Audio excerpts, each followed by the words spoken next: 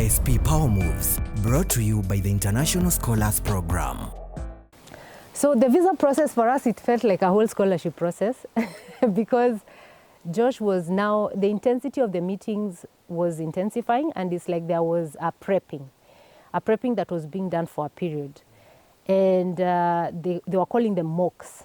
So he did the first one, he said it was good, but he has mentioned this. And then I said, this but could be the one that you'll meet on the other side.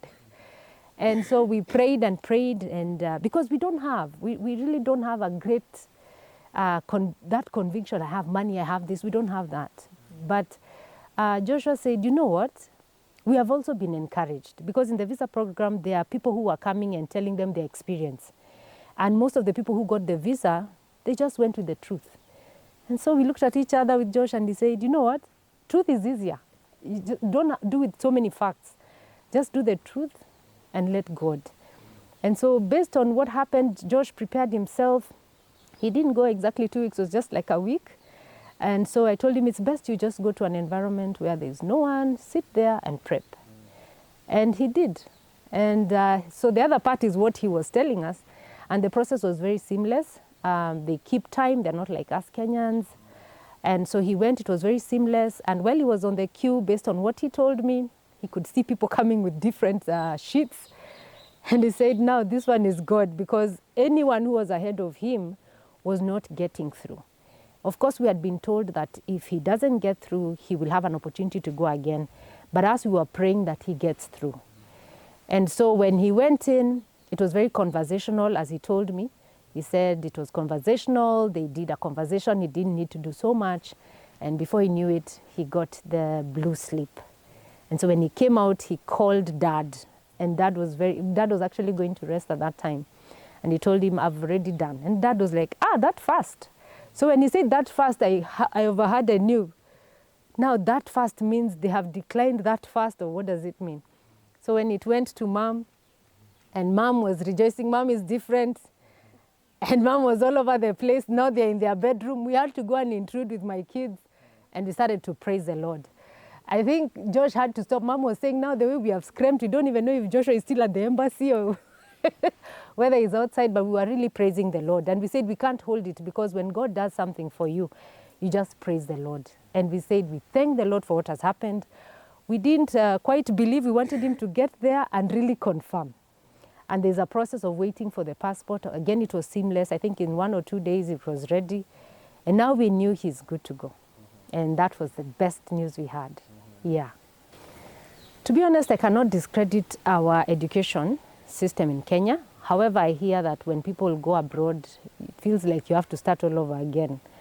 But I think that exposure is a very important thing. And for you to have an opportunity to be competitive globally, we have had our opportunity, we had our times in the university, but you find that we compete locally, we grow locally, but we have seen people who have been able to advance and go to different nations, not necessarily only United States, but in diaspora, and we see that they get more opportunities, better chances.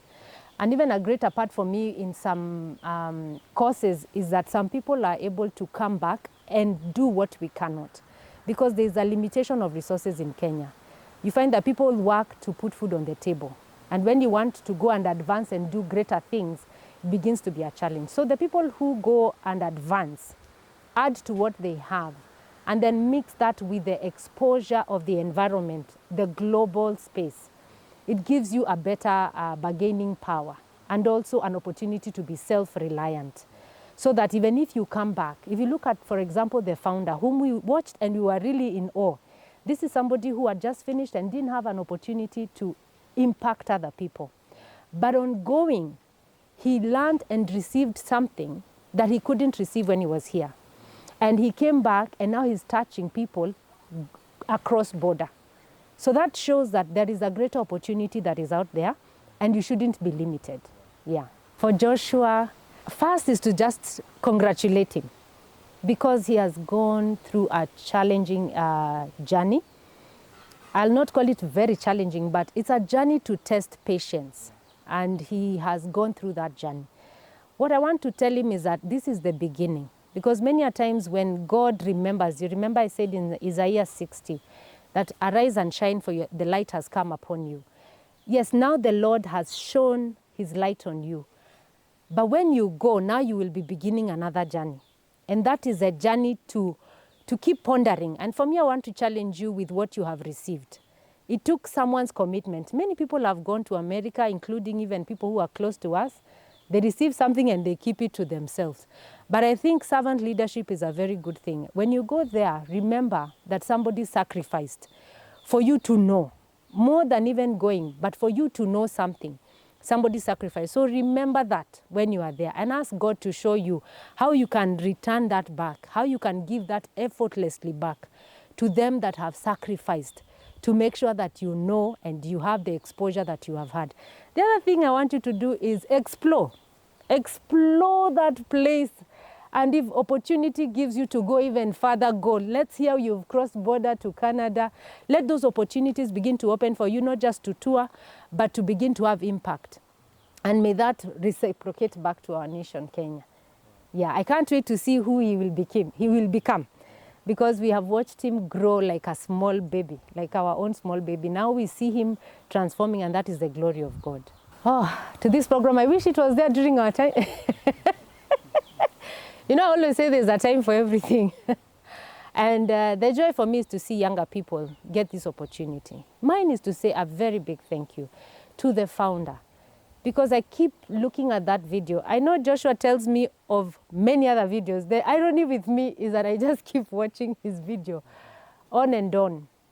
I'm really touched by what he did, because he could have just gone and empowered his village and his family.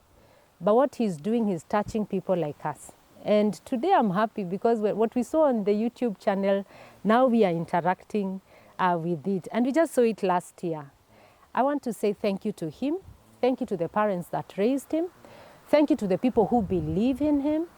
And I pray to God that God will add to his fund. Because for him to be able to change people, he needs funding. I pray that the people who are helped by him will be able to reciprocate the same and be true alumni to him. So that's all I can say to him. Yes, I look forward to one day see him. Yeah. Yes. Thank you for watching ISP Power Moves. The International Scholars Program is here to turn your study abroad dreams into reality, no matter the challenges. Explore our programs at www.internationalscholarsprogram.com and join us next time for more strategies, expert tools, and inspiring stories to fuel your journey abroad as a thriving international student. The International Scholars Program, empowering dreams.